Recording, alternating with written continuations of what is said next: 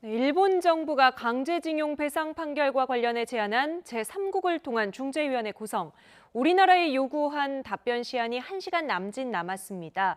거부 입장을 분명히 했는데도 일단 기다리겠다고 하는군요. 위태위태한 한일 갈등, 우선 문재인 대통령과 여야 5당 대표들의 회동 이야기부터 해보겠습니다. 나이트 포커스 양지열 변호사, 김병민 경희대 겸임교수 나오셨습니다. 안녕하세요. 안녕하세요.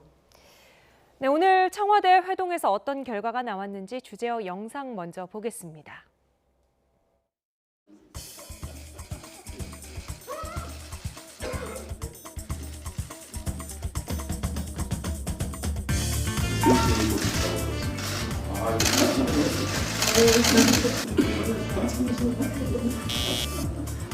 세 번째 대표를 축하드립니다.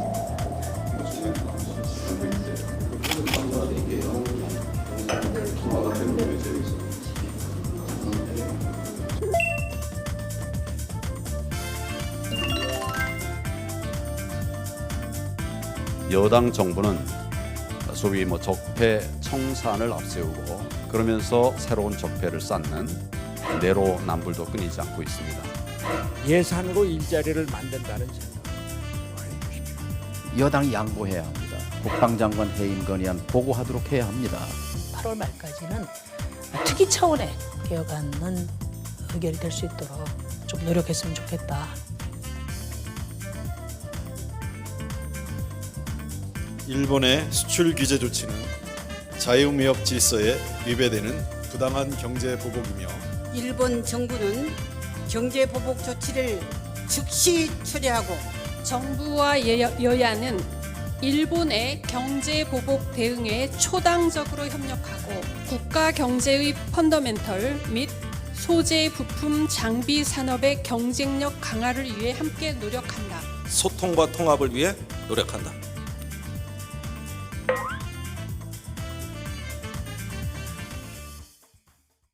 네, 1년 4개월 만에 보는 풍경입니다. 예정된 회동 시간보다 1시간을 더 넘겨서 3시간 정도 진행이 됐다고 하는데요.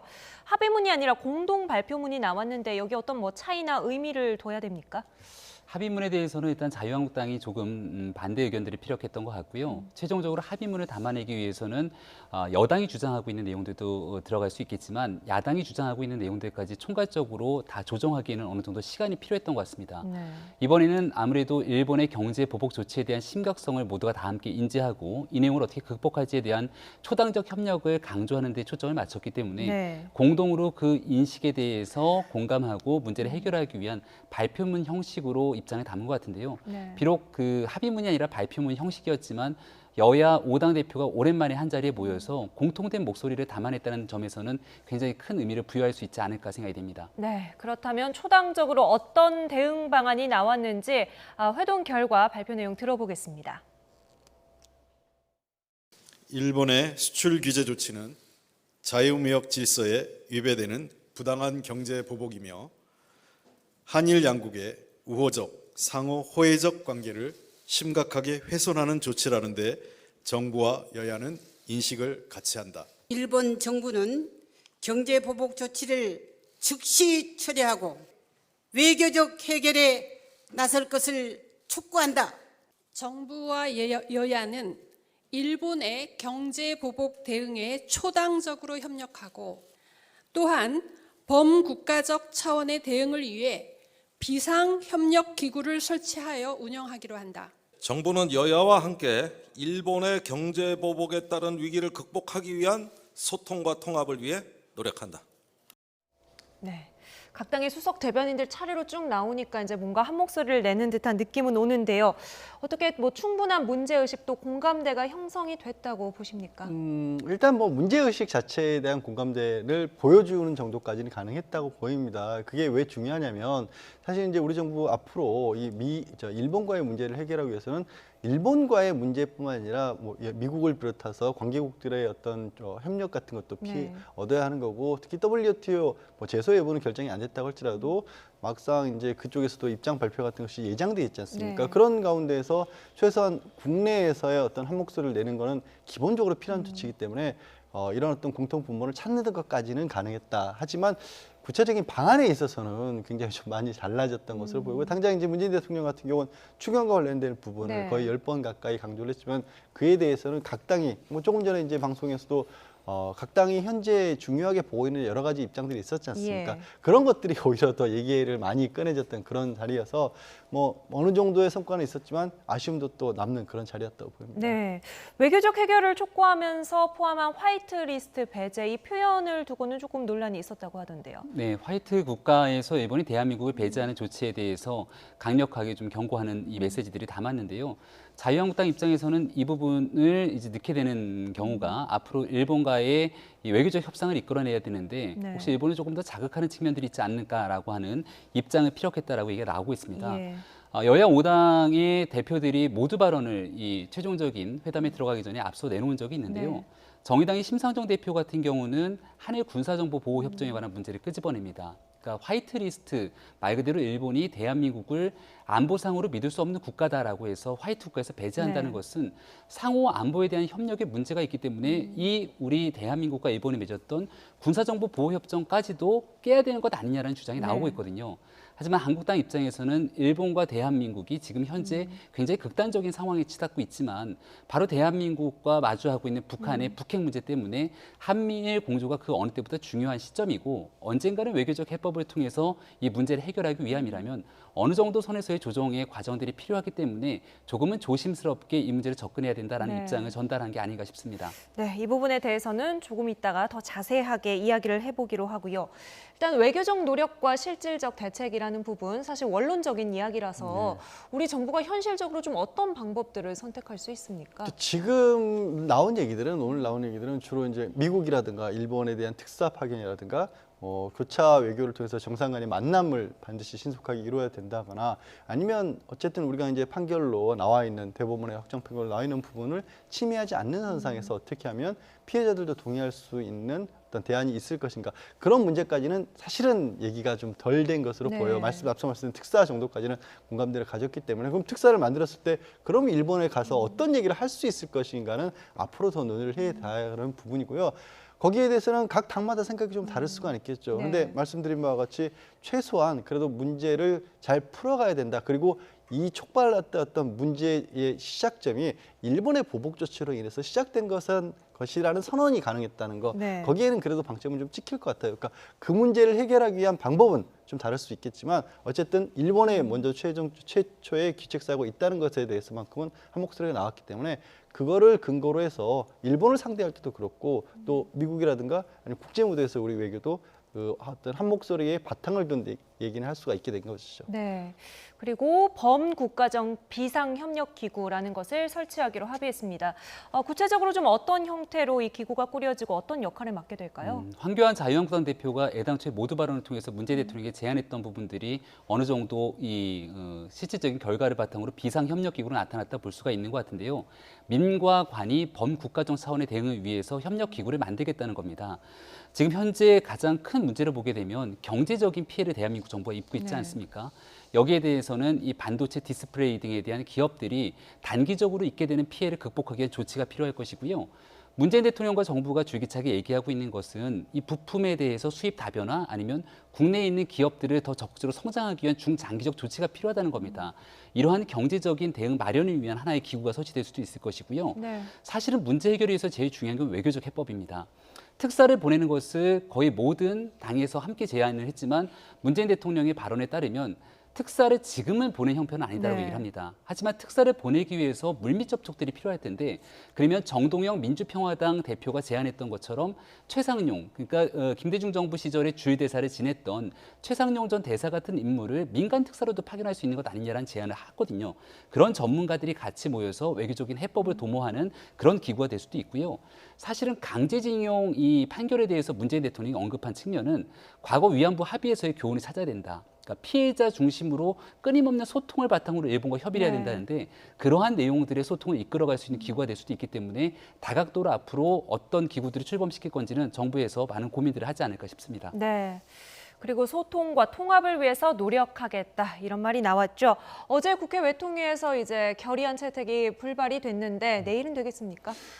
기대를 해봐야죠. 그러니까 지금 초당적인 어떤 모임을 가진 것 자체가 말씀드린 것처럼 최소한의 한 목소리는 필요하기 때문이고, 그건 당연히 정부를 뒷받침할 수 있는 국회, 그러니까 국내 정치 사정에서마저도 이런 문제에서도 목소리가 다르게 나올 경우에는 지금 뭐 김병민 교수가 얘기하셨던 여러 가지 특사를 파견한다거나 민관 외교 행태를 띠거나 무슨 얘기를 하건 간에 일본에 가서 무슨 말을 할 수가 있겠습니까? 아니 자국 내 국회에서도 결의안조차도 얻지를 못한 정부가 대표 자격이 있냐라는 얘기가 바로 나올 수밖에 없지 않습니까? 그런 의미에서는 이제 오늘 뭐 자유한국당에서는 어떤 이유로 외교통일위에서 결의안을 채택이 지연했다라고 지금 아까 이제 자유한국당에서 얘기하고 있는데, 황교안 대표가 이렇게 뭐 대표 회담까지 가진 상황이기 때문에, 그리고 그 말씀들이 어느 정도 청와대에서 수용을 한 그런 이유라서 이제는 결의안에는 동의를 해주지 않을까 싶습니다. 네. 자, 물론 어렵게 성사된 만남이닌 만큼 일본 수출 규제 이외에 다양한 현안이 회담 테이블에 올랐습니다. 먼저 취임 후 대통령과 처음으로 공식 회동한 황교안 한국당 대표의 말 들어보시죠. 지금은 대통령께서 야당과 다툴 이런 때가 아니라고 생각합니다. 위기에 맞서려면 협치가 그 무엇보다도 중요합니다. 하지만 여당 정부는 소위 적폐 청산을 앞세우고 외골수의 길로 가고 있습니다. 그러면서 새로운 적폐를 쌓는 내로남불도 끊이지 않고 있습니다. 이런 상황에서 과연 이게 잘 협치가 되겠나, 대통령님께서 잘 돌아보시고 야당과의 네, 적폐청산 수사의 편파성 문제를 얘기를 했는데요. 이 얘기가 지금 모두 발언에 나온 이야기거든요. 사전에 이제 준비를 많이 해서 나온 이야기겠죠? 왜냐하면 오늘 모였던 이유는 범국가적 차원에서의 협치가 중요하다라고 자유한국당이 모든 조건들을 물리친 다음에 대통령과 함께 이야기를 하겠다고 나온 상황인 것 같습니다. 하지만 한국당 일각에서는 황교안 대표에게 가서는 안 된다라고 주장했던 그런 인물들도 적지가 않을 텐데요. 그동안 이 문재인 정부에서 자유한국당을 국정 운영의 파트너로 인정하지 않는다라는 게 가장 첫 번째 이유였을 것이고, 대통령이 직접 나서서 독재자의 후예와 같은 발언을 하기도 했고, 적폐청산에 관련된 내용에선 반헌법적인 일이기 때문에 타협이 쉽지 않다는 발언을 하기도 했습니다. 오늘 손혜원 의원 부친에 관한 문제 속에서 피우진 처장 무혐의로 수사 결과가 나왔는데요. 이런 부분들을 한국당 입장에서 받아들일 때는 검찰의 정치적 중립성이 야당, 특히 박근혜 이명박 정부를 향해서는 너무나 매서울 정도로 혹독한 수사를 하게 되고, 현 정부의 신적폐라고 불리우는 내용들에 대해서는 정확히 수사를 하지 않는 정치적 중립의 의무들을 위반하고 있다고 판단할 겁니다. 그런 측면 속에서 자유한국당이 국정운영의 파트너로서 문재인 정부의 적극적인 협력을 당부하는 만큼 문재인 정부에서도 야당에게 이러한 중립적인 입장을 취해줬으면 좋겠다는 발언들은 아마 황교안 대표가 자유한국당이 지지하는 사람들의 대표에서 할 수밖에 없는 얘기가 아니었을까 싶습니다. 네. 민주평화당 정동영 대표는 추경안 처리를 촉구하고 나섰는데요. 들어보시죠. 내일 추경안을 처리하고 대일 규탄 결의안을 통과하기 위해서는 여당이 양보해야 합니다. 국방장관 해임 건의안 보고하도록 해야 합니다. 국회를 열고 대일 규탄 결의안을 처리하고 그리고 추경안을 처리하는 이런 상생의 정치를, 합리의 정치를 하는 것이 맞다, 이렇게 생각합니다. 추경 처리해달라. 이 얘기는 이제 뭐 좀 다른 각도에서 문 대통령이 모두 발언에서부터 얘기를 하기도 했습니다만 어떻게 전망하세요? 기본적으로 이제 추경 처리 자체가 이렇게까지 늦춰진 사례가 없을 만큼 오래 걸리고 있는 상황이고, 거기에다가 이제 일본의 어떤 수출 보복 조치까지 있는 상황에서 또 추가적으로 이 부분도 추경에 좀 포함을 시켜야 된다는 얘기가 나오고 있으니까 문재인 대통령도 모두 발언에서도 그렇고 얘기하는 중간에서도 뭐 10번 가량을 말씀을 하셨다고 합니다. 그런데도 불구하고 이게 늦춰지다가 그때그때 정치적 이슈가 새롭게 나올 때마다 또 그 이슈하고 연동이 되고 있어요. 이번에는 아예 이제 국방장관 회의까지 나오고 있는데, 사실 국방장관 회의만이 뭐 옳고 그르냐까지 여기서 말씀드리기까지 어렵지만, 이게 어떻게 보면은 초당적 어떤 협력을 구하는 상황에서라고 한다라면 최소한도의 정부가 해볼 수 있는 조치들을 취할 수 있게끔 도와준 다음에 사실은 그게 어떻게 보면 타당했다, 타당하지 않았다라는 비판도 가능한 것이고, 그것만으로 당연히 해결이 안 된다라면 그 다음에는 어떤 것을 할 수 있는가, 이런 얘기도 나와 있는데 경제에 대한 어떤 비판 같은 것들을 이어가고 있고, 일본에 대해서 지금 뭔가 조치가 필요하다는 얘기를 하고 있지만 정부에서 뭔가를 해보려고 하는 것에 대해서는 협조가 없으면서 이 어떤 격이 안 맞는다고 해야 될까요? 지금 일본을 상대해야 되는 일본의 보복 조치라고 하는 초유의 사태를 처리를 해야 되는데, 그거에 대한 결의안마저도 이거 상생을 뭐 이유로 해서 또 이 국방장관 회의안 같은 거 연결을 시켜버리게 되면 이 모습이 좀 아쉽게 비칠 수 있다는 거죠. 말씀드린 것 같이 공통 분모를 가지고 공통적으로 일본의 잘못이 있다라는 걸 지적하는 것까지는 좋은데 네. 그래서 그거를 국회의 동의를 얻기 위해서는 또 국내의 정치 문제 또 보기에 따라서 굉장히 많은 시각을 가지고 있는 것 또 연동을 시킨다라는 부분들이 좀 오늘 회담에서의 아쉬운 점이라고 봐야겠습니다. 네. 국방장관 회의만은 지금 여당한테 건너간 이야기이긴 합니다만 이 부분에 대해서 이제 추경안 처리해달라는 요구에는 황교안 대표도 오늘 별다른 답을 하지 않았거든요. 일단은 이 얘기를 먼저 끄집어낸 것이 정동영 민주평화당 대표 아니겠습니까? 바른미래당의 오신환 원내대표 같은 경우도 결국은 협치의 가늠자를 확인할 수 있는 거는 정경두 장관에 대한 경질 여부라고 얘기를 하게 됩니다. 여기에 대해서 해임 건의안을 국회에 상정시키고 이것을 통과하게 만약 된다면 문재인 정부 입장에서는 굉장히 큰 부담이 될 수도 있거든요. 네. 그렇다면은 지금 7말 8초의 이 대규모의 개각을 앞두고 있다는 얘기가 들리는데 정경두 장관에 대해서 여러 안보적인 문제 때문에 야당이 안 된다고 주장하게 됐을 경우에 문재인 대통령이 먼저 나서서 정경두 장관에 대한 경질 문제를 이야기할 수도 있는 측면이라고 봅니다. 네. 그리고 실질적으로 해임 건의안에 대해서도 국회에 상정하고 난 뒤에 표결은 국회의원들, 헌법기구의 몫이기 때문에 이것을 추경 처리안과 맞바꾸는 문제가 아니라 지극히 당연히 국회에서 처리시킬 수 있는 절차상의 하나로 볼 수가 있는 네. 측면입니다. 그러니까 야당 입장에서 바라보건대 정치적으로 대통령과 만나서 이야기하고 있는 게 지지자들 입장에서는 굉장히 정치적인 손해를 감수하고도 국익을 위해서 모든 것들을 도모한다고 얘기를 합니다. 그러니까 지금 현재 민주평화당의 정동영 대표가 얘기하고 있는 것도 한쪽에서 양보를 하면 여당에서도 양보할 필요가 있는 과정이기 때문에 네. 이 해임 건의안 문제를 같이 얘기했고 국회에서 아마 슬기롭게 내일은 이 문제를 추경과 함께 처리할 수 있지 않을까 생각이 됩니다. 네. 다만 이제 앞서도 이제 김병규 교수도 말씀하셨지만 이제 한일과 관련해서 안보와 관련된 얘기도 지금 이슈가 되고 있지 않습니까? 그리고 일본도 보복 조치의 어떤 이유를 들어서 처음에는 이제 강제징용 관련된 얘기를 네. 했다가 또 안보 문제까지도 얘기로 말을 바꾸고 있는 상황인데 사실 저는 정치권에서 다른 것도 아니고 안보와 관련된 부분들을 이 정도 사연을 가지고 국방장관을 흔드는 얘기가 계속해서 나온 게 과연 타당한가에 대해서는 또 다시 생각할 필요가 있다고 봐요. 이건 정치의 문제가 아니라 대통령이 국가 원수로서 안보를 책임지고 있는 총책임자로서 이런 정도 사안에 대해서 전례 없이 해임안이 나오는 거는 네. 오히려 군의 사기를 굉장히 떨어뜨릴 수 있다는 판단을 할 수도 있거든요. 네, 정치권에서도 지금 계속 이어지고 있는 논쟁인데 추경안 처리가 급하니까 어떤 결론이 나올지 좀 지켜봐야 될 것 같습니다. 그리고 바른미래당 손학규 대표는 경제정책 전면 수정을 요구하고 나섰습니다. 들어보시죠. 송구스러운 말씀입니다만 경제에 관해서는 대통령께서 철학을 바꿔주시기를 간곡히 호소합니다. 경제는 시장에서 이루어지고 일자리는 기업이 만드는 것입니다. 예산으로 일자리를 만든다는 생각은 버려주십시오. 소득주도 성장은 폐기되어야 합니다. 시장 우선, 친기업 정책으로 철학. 네, 손학규 대표의 목소리로 들려드렸습니다만 황교안 대표도 강조했던 부분이고요. 정부도 이 부분에 대해서는 고민은 계속하고 있을까요? 네, 손학규 대표가 경기도지사이던 시절에 해외에 있는 유수히 많은 기업들을 유치하면서 경기도에 일자리를 창출시키는 데 기여했던 측면들이 있습니다. 그런 상황 속에서 소득주도 성장이 가지고 있는 문제를 좀 따갑게 지적했다라고 볼 수가 있고요. 2020년 최저임금이 사실은 굉장히 소폭으로 상승하게 됐던 배경을 살펴보면 문재인 정부에서도 소득주도 성장에 대해서는 속도 조절이 필요하다는 데에는 인식을 같이 하는 것 같습니다. 여기에 따라서 지금 찾을 수 있는 여야 공통의 해법은 혁신 성장에 달려 있다고 볼 수 있는데요. 정동영 평화당 대표도 얘기를 했던 것처럼 네. 대기업 중심의 여러 투자가 혁신 성장으로 이어지지 않고 있다고 얘기를 합니다.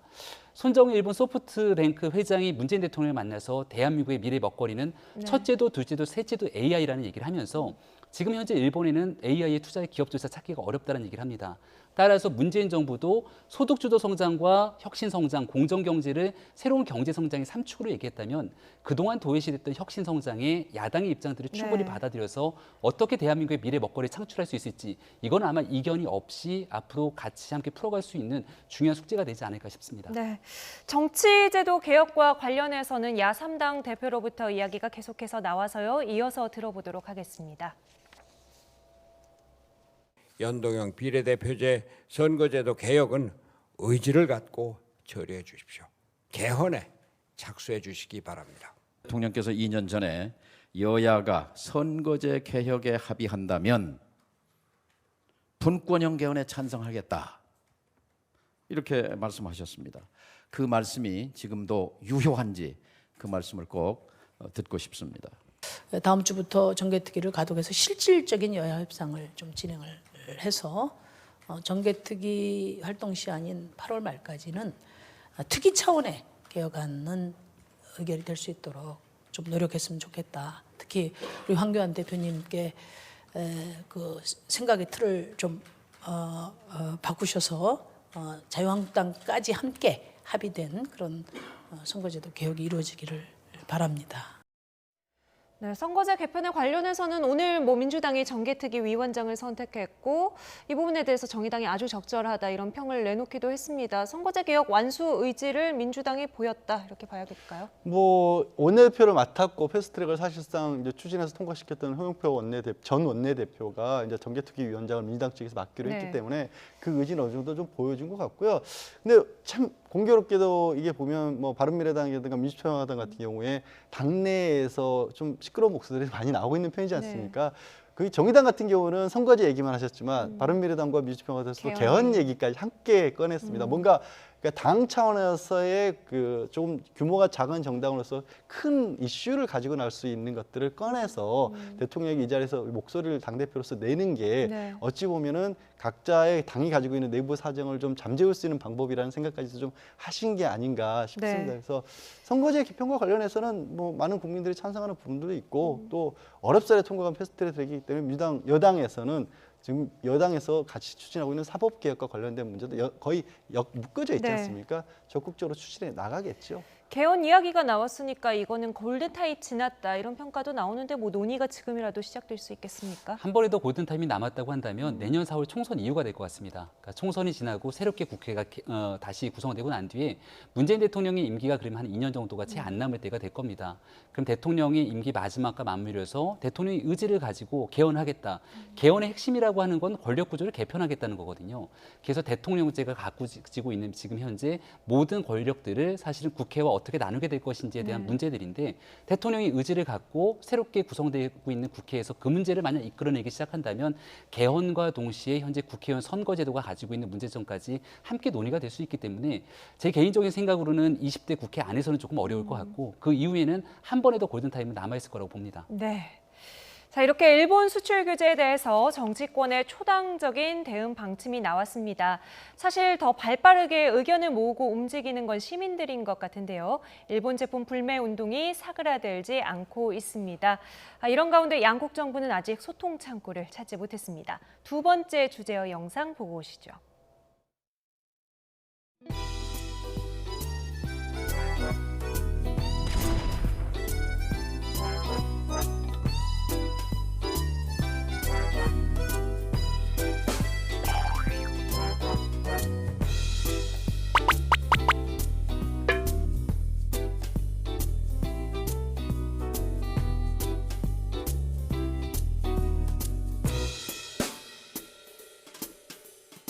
韓国側からですね、仲裁に応じないとの回答があったという事実はありません。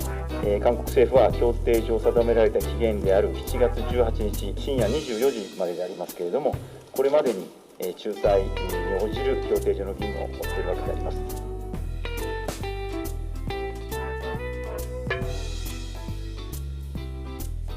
아베 총리의 도발이 계속된다면 단기적으로는 긴장 관계를 감수하겠다는 결연한 의지로 그 버르장머리를 고쳐놔야 한다고 생각합니다. 일본 정부는 8월 1일 한국을 화이트 리스트에서 제외시키겠다는 예고를 하고 있습니다. 만약 일본이 실제 이런 조치를 취한다면 우리 정부는 한일 정보 보호 협정 파기를 진지하게 검토하기 바랍니다.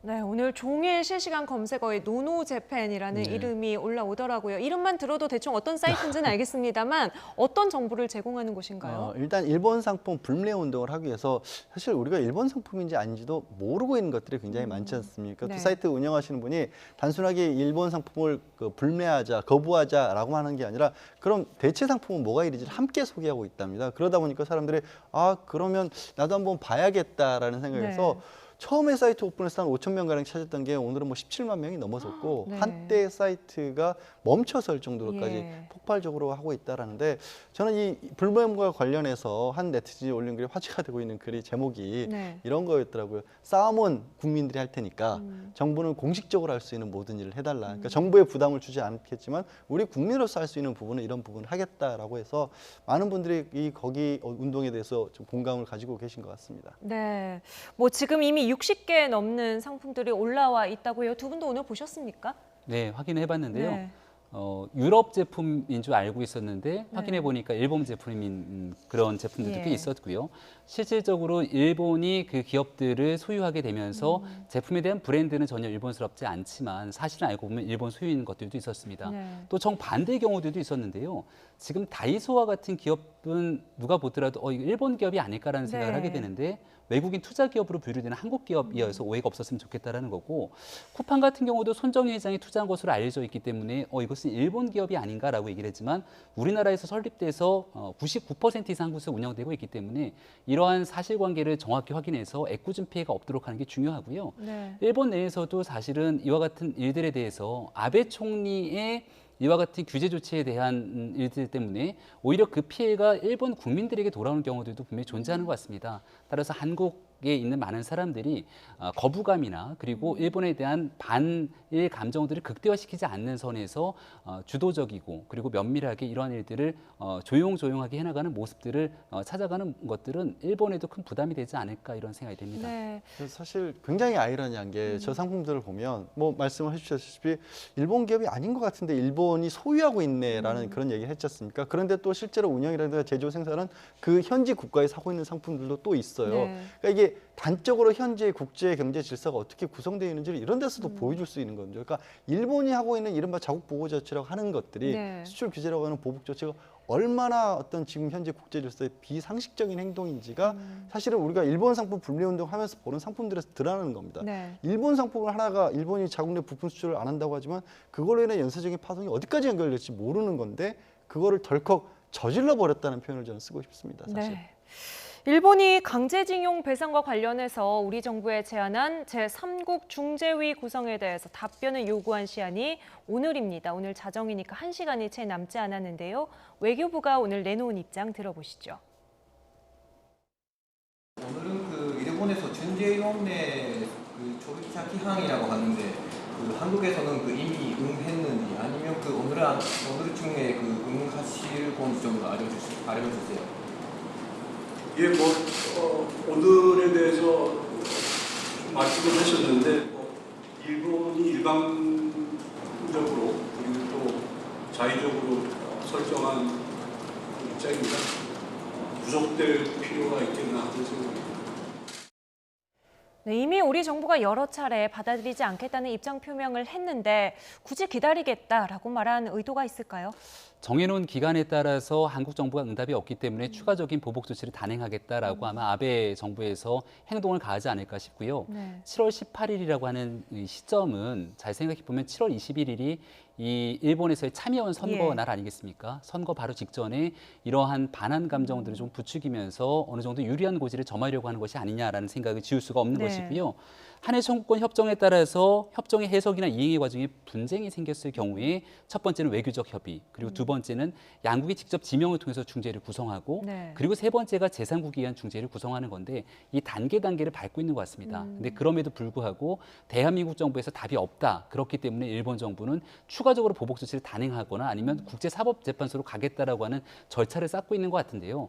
여기에 대해서 이 아베 정부가 하고 있는 무리한 행동들에 대해서 끊어내고 외교적 네. 협상들을 이끌어내기 위해서 이제는 우리 정부가 조금 더 면밀하게 준비하고 대응해야 될 것 같습니다. 네, 김명민 교수 말씀하신 것처럼 일본은 지난 1월부터 단계적으로 계속해서 우리나라에 요구를 해오고 있고 우리나라 이걸 거부하고 있는데 일본은 협정상 의무라고 말을 하거든요. 네. 어떻습니까? 그러니까 이게 어떻게 보면 일본은 이걸 마치 외교 활동인 것처럼 포장을 하고 있지만 우리 정부 입장에서는 이건 외교 활동이 될 수가 없는 거예요. 어떤 말씀이냐면 일본이 왜 이걸 주장하냐면 65년 한일 청구권 협정 안에 청구권 협정에 의해서 우리가 합의를 이뤄내는데 그거를 이행해 나가는 과정에서 분쟁이 생기면 그 분쟁을 이러이러한 절차에서 해결하겠다고 정해놓은 절차가 있는 겁니다. 네. 그러니까 강제징용 피해자에 대한 손해배상이라든가 뭐 위안부 합의는 아예 얘기도 안 됐지만 그런 것들까지도 이 협정에서 마치 합의를 해놓은 사항인 것처럼 얘기를 하는 겁니다. 근데 지금 대법원 판결의 취지는 뭐냐면 이번에 강제징용 피해자의 정치적 피해배상, 손해배상을 하는 것은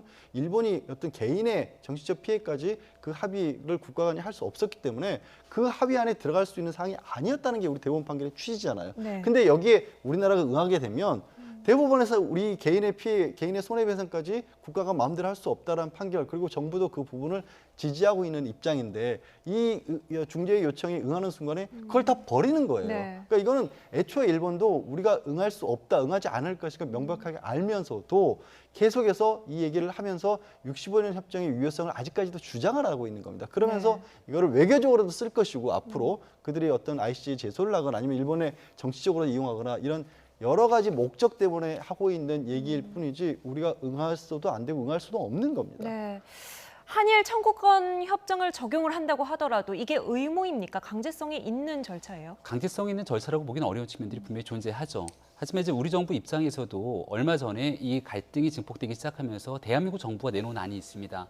1+1 안이라고 하는 부분들은 대한민국 기업과 일본 기업이 기금을 조성해서 이 문제를 가지고 대법원의 판결에 대한 이 보상 여부를 정리하게 되는 건데 이것은 또 일본이 거부하지 않습니까? 그 과정에서 우리 정부가 또다시 내놓은 것은 1+1+에다가 대한민국 정부가 끼일 수 있는 플러스 알파에 대한 안을 내놓지만 여기에 대해서도 일본이 명확한 답변을 하고 있지 않는 상황입니다. 지금 현재로서는 일부에서 나오고 있는 얘기는 충분하게 외교적 해법으로 정리할 수 있는 기간에 대한 조치가 넘어섰고 그 과정에서 아베 총리와 대한민국 정부 간의 이 기싸움이 굉장히 극단화된 과정 속에서 결국은 해결의 골이 더 깊어지는 것 아니냐라는 얘기가 나오는데요. 언젠가는 문제를 풀어내기 위해서 결국은 외교로 해결할 수밖에 없는 상황이 오게 될 것입니다. 따라서 지금은 일본의 이러한 조치들에 대해서 대한민국이 단결된 힘을 바탕으로 모으는 건 굉장히 중요한 일이지만 강제징용 판결 문제에 대해서 과연 어떠한 해법을 바탕으로 이 문제를 해결할지에 대해서는 굉장히 지혜를 모을 수밖에 없는 상황이 문재인 정부에게 다가오지 않을까 생각이 됩니다. 네. 그렇다면 일본의 다음 시나리오는 뭐가 되겠습니까? 일단은 저 내용을 근거로 해서 말씀하신 것처럼 20일 날 참의원 선거에 당장은 이용을 할 것이고요. 그 다음에는 이제 본인들의 외교적 협의를 충분하게 시도를 했으나 대한민국이 거부했다라는 식의 여론전을 국제사회에서 펼치지 않을까 싶습니다. 왜냐하면 ICJ로 당장 가거나 WTO 같은 데 갔을 경우에 뭐 우리가 응대하고 안 응대하고를 떠나서 왜 이 문제가 다퉈지고 있는지를 낱낱이 좀 파헤칠 수밖에 없지 않습니까? 그러면 강제징용 피해와 관련된 얘기를 할 수밖에 없고 위안부 합의와 관련된 문제도 얘기가 끊어질 수밖에 없고 그게 국제사회에서 지금 시점에서 결코 유리하지 않을 수도 있다는 거예요. 그렇기 때문에 사실은 아베가 처음에는 얘기를 꺼냈을 때 아베 총리가 이게 강제징용과 관련된 문제 때문에 이런 일이 빚어진 것처럼 얘기를 했다가 갑자기 안보로 얘기를 바꿨다가 또 나중에는 일본 내 자국이 위협을 받고 있다는 식으로 계속해서 말을 바꾸는 이유가 이거를 어떻게든 자신들에게 유리한 걸 끌고 가면서도 또 불리한 부분들은 이게 감추려다 보니까 자꾸 모순된 부분들이 나오고 있거든요. 저희 정부 입장에서는 이런 모순된 부분들을 지적을 해가면서 우리 정부가 이미 내놓았던 중재안 같은 있는 거거든요. 그러니까 우리 정부가 외교를 안 하겠다고 한 번은 단 한 번도 없었어요. 다만 그 외교의 장을 어떤 틀을 가지고 갈 것이냐. 뭐 쉽게 말씀드려서 재판을 어느 법정에서 열 것이냐를 가지고 지금 미루고 있는 건데 도저히 우리가 받아들일 수 없는 재판정을 요구를 하는 거 아니겠습니까? 그걸 바깥에서 끌어내기 위해서라도 지금 일본 정부가 왜 이런 일을 하고 있는지도 우리도 면밀하게 국제적으로 지금 설명을 해야 될 필요가 있는 거죠. 네, 국제적인 여론전이 정말 이제부터 불꽃 튀지 않을까 싶은데요. 21일 참의원 선거가 있고 이후에는 어떤 외교적인 일정들이 있을까요? 오늘 정의용 안보실장이 여야 5당 대표에게 전체적인 상황을 보고를 했는데요. 7월 30일 혹은 8월 1일에 일본은 대한민국을 화이트 국가에서 배제할 것으로 일단은 검토가 된다는 상황입니다.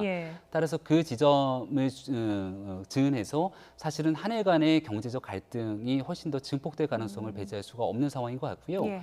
23일 같은 경우는 WTO 일반 이사회에 해당 안건들이 이제 올라가게 되는 상황이 있는 것이고 지금 현재 앞으로 남아 있는 과정들을 바라보건대 일본 입장에서는 내년도가 이제 또 도쿄 올림픽을 치르게 되는 해 아니겠습니까? 그 전까지는 아베 총리 입장에서도 이 대한민국과의 관계가 완전히 극단적으로 치닫게 되는 것은 바라지는 않을 겁니다. 따라서 참의원 선거가 끝나고 났을 경우에는 대한민국에서 특사 파견을 비롯해서 일본과의 외교적 활동에 대한 노력들이 계속해서 이뤄질 가능성이 높게 되는데요. 아마 외교적 해법들을 풀어나가는 과정들이 참의원 선거 이후에는 본격적으로 시작되지 않을까라고 좀 전망을 해봅니다.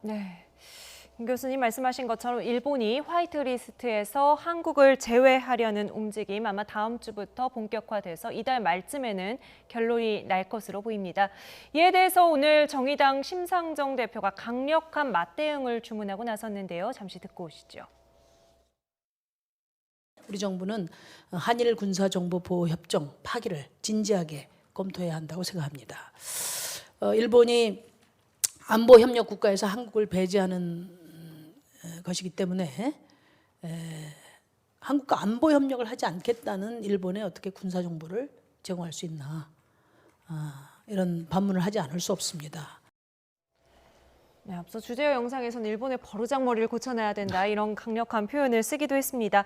한일 군사정보보호협정 이게 지금 이 문제가 한일 갈등 국면에서 어떤 의미를 띠고 있는 겁니까? 사실 이게 무슨 어떤 비밀 정보를 주고받는다 이런 의미보다는 우리도 지금 동해안에서 우리 군사훈련을 하고 있고 또 일본도 그런 사실상 군사훈련을 갖고 행동들을 하거나 또 두 국가 간에 충돌하거나 이런 경우들도 있지 않습니까? 그리고 그것보다 중요한 것이 미국과의 관계에 있어서 일단 동북아에서 한미일 3국이 어떻게 보면 삼각체제를 이루고 있는 게 이쪽 동북아 지역을 지키는 데서 굉장히 중요한 국제적인 질서를 가지고 있단 말이에요. 그런데 저는 심상정 대표가 굉장히 절묘한 어떻게 보면 지렛대가 될 수 있는 어떤 거를 좀 들고 나오셨다는 생각이 드는 게 이 일본 스스로가 이게 안보 문제 때문에 우리에게 보호 조치를 취한 거라는 주장을 했단 말이에요. 그러면 안보 때문에 우리 대한민국에 대해서 보복 조치를 취할 정도로 우리가 안보와 관련해서 벽을 쌓아야 되는 그런 상황인데 군사정보보호협정이라는 게 있다는 것 자체가 모순된 주장인 거거든요.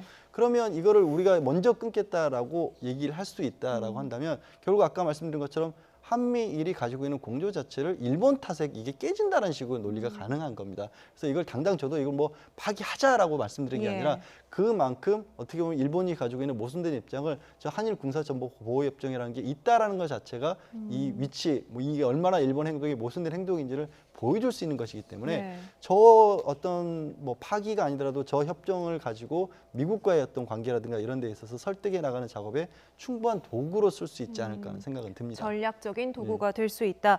실제로 미국이 이걸 가지고 조금 더 적극적으로 좀 나올 수 있는 그런 여지가 있습니까? 미국 입장에서도요. 미국 하원에서는 한미일에 대한 협력에 대한 결의를 통과시키기도 합니다. 트럼프 대통령의 생각과 또 미국 정치인들의 생각은 좀 다를 수 있는 측면들이 있겠습니다만은 여전히 이 동북아 정세 속에서 한국과 그리고 미국, 일본이 가지고 있는 협력의 중요성의 가치는 이루 말할 수가 없는 측면이 있을 것이고 한국과 일본의 군사정보 보호협정이 맺게 된 것도 북한의 핵과 미사일에 대해서 상호 정보를 공유하자는 측면들이 있는 겁니다. 앞서 잘 설명을 해주셨지만 이 기간이 1년이거든요. 이 1년의 기간이 다 도래가 됐을 경우에 한국과 일본이 서로 거부를 하지 않게 되면 자동 연장이 됩니다. 근데 한쪽이 만약 파기에 대한 의사를 전달하게 되면은 1년이 지나고 난 뒤에 이 부분이 정리가 될 수 있는데 지금 일본이 대한민국을 화이트 국가에서 배제하겠다라고 하는 건 안보상으로 믿을 수 없는 국가라고 얘기를 하고 있는 거기 때문에 이게 다 맞물려 있다는 측면이고요. 하지만 이 정보보호협정이 깨지게 됐을 경우 가장 큰 피해가는 건 대한민국과 일본일 수도 있지만 미국일 수도 있습니다. 그런 측면에서 중간에 한국과 미국의 일본의 갈등을 중재하기 위한 미국이 나서기 위한 하나의 방법의 카드로도 거론될 수 있지 않을까 생각이 되는 지점입니다. 우리 정부가 안게 될 리스크 같은 건 없나요? 이런 측면에서는 사실 일본이 대한민국과의 관계 속에서 일본의 레이더나 위성이라든지 굉장히 기술적으로 우위에 있는 측면을 바탕으로 북한에 대한 정보들을 가지고 있는 측면들도 분명히 존재를 할 겁니다. 따라서 우리 정부 입장에서도 일본과의 관계 협력 또 미국과의 협력을 바탕으로 이 대한민국의 안보를 지키는 것은 굉장히 중요한 일일 수밖에 없기 때문에 이 모든 것들을 깨면서 동북아 질서를 위기 상황으로 끌고 가는 건 대한민국 국익에도 절대 바람직하지 않습니다. 따라서 일본과 미래지향적인 관계를 설정해 나가기 위한 이 미국의 역할들을 강조하면서 문제를 풀어내기 위한 외교적 해법들이 이제 앞으로 절실하게 요구되는 시점이 아닐까 생각됩니다. 또 한 가지 이제 일본 입장에서는 이 문제가 조금 심각하게 받아들일 수 있는 가능성은 뭐냐면 미국과 북한이 대화를 다시 재개를 했고 또 한반도의 어떤 평화 무드가 계속해서 유지가 되고 있다라면 더 이상 이제 동북아 내에서 한국과 일본이 가지고 있는 북한을 상대로 한 안보 질서라는 게 더 과거와는 좀 달라질 수도 있거든요. 그런 상황에서 한일 안보보호협정까지 깨게 되면 일본은 그야말로 동북아에서 패싱이 되는 게 아니냐라는 생각을 할 수밖에 없는 거거든요. 미국도 중국과 화해 무드가 다시 이루어지고 한동안 굉장히 으르렁대다가 미국이 북한과도 대화를 시작하게 되고 이런 상황이 되면 일본은 이런 상황에서 가다가 지금 아베가 추진하고 있는 게 아베가 주장하는 일반 정상국가, 전쟁을 할 수 있는 국가로 가야 되는데 일본은 안보에 있어서 필요 없는 존재가 네. 된다라는 국제적인 신호가 될 수도 있거든요. 그래서 이런 부분은 실제로 좀 말씀드린 바와 같이 여러 가지로 이용할 수 있는 도구는 될 수 있을 것 같습니다. 네. 앞서 변호사님께서 국민이 싸우면 국민이 할 테니까 이런 말씀하셨는데 정말 모든 사람들이 관심과 또 지혜를 모아야 될 시점인 것 같습니다. 나이트 포커스 여기까지 이야기 나누죠. 지금까지 양재열 변호사, 김병민 경희대 겸임교수 함께했습니다. 두 분 오늘 말씀 감사합니다.